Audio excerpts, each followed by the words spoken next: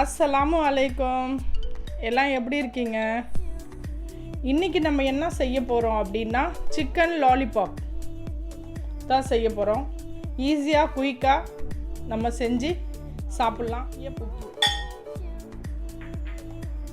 எலுமிச்சம்பழம் சாறு, பாதி எலுமிச்சம்பழம், அரை ஸ்பூன் இஞ்சி பூண்டு பேஸ்ட், 1/4 ஸ்பூன் மிளகுத்தூள்,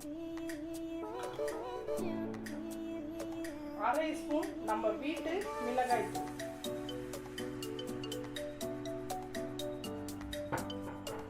soya sauce 1/2 spoon soya sauce. இதை நம்ம எல்லாத்தையும் நல்லா மிக்ஸ் பண்ணி ஒரு அரை மணி நேரம் இதை நம்ம மூடி வச்சிடலாம். அதுக்கப்புறம் இதை நம்ம டிப் பண்ணி செஞ்சு எடுப்போம். இதை ஃபுல்லாக இந்த மாதிரி மிக்ஸ் பண்ணிடுவோம்.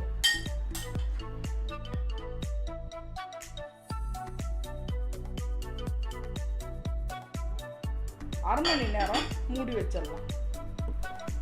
நம்ம லாலிபாப்க்கு எல்லாம் போட்டு ஊற வச்சிட்டோம்.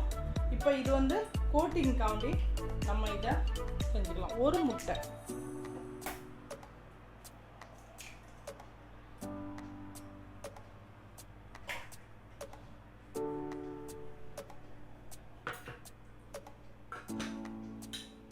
cornflour 2 ஸ்பூன், நல்லா நிறையா போட்டுக்கோங்க, ஃபுல்லாக நொப்பி போட்டுக்கோங்க.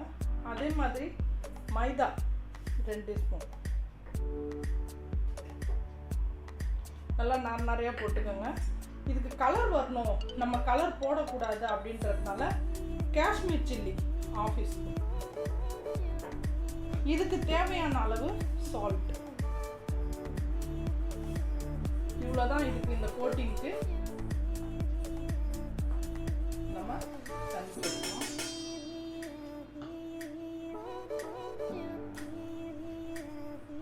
நம்ம கொஞ்சம் பஜ்ஜி மாவு பதத்தில் இதை நம்ம கரைச்சி எடுத்துக்கணும், மிக்ஸ் பண்ணிப்போம்.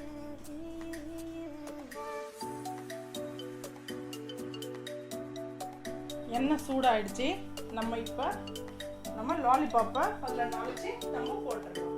ஊறின லாலிபாப்பை இந்த பாருங்க இந்த மாதிரி இருக்குது. இதை நம்ம இதோட குச்சியில் வேண்டாம், இதோட நம்ம இப்படி எடுத்து போட்டுருக்கோம்.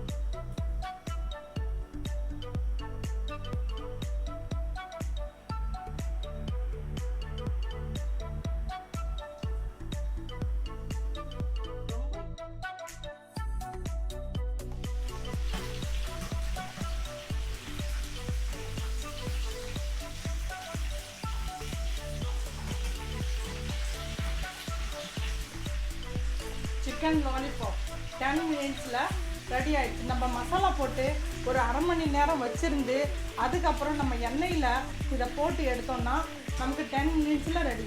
நான் கேஸ் ஆஃப் பண்ணிட்டேன். இது எல்லாத்தையும் நம்ம ஒரு டிஷ்யூவில் எடுத்துடலாம்.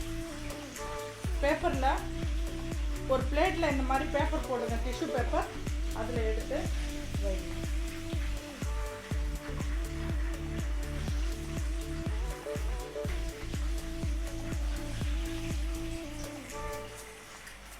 வீட்டுக்கு கெஸ்ட் நம்ம இதை செய்கிறோம் அப்படின்னாக்கா நம்ம இந்த மாதிரி டிசைன் பண்ணி அதில் வைக்கலாம். லாலிபாப் எடுத்துக்கிட்டு நம்ம ஃபைல் பேப்பர் நம்ம கட் பண்ணிவிட்டு சின்ன சின்னதாக இது மாதிரி சின்ன பேப்பராக கட் பண்ணி எடுத்துக்கணும். இதை இதில் இப்படி சுற்றி வச்சிடலாம்.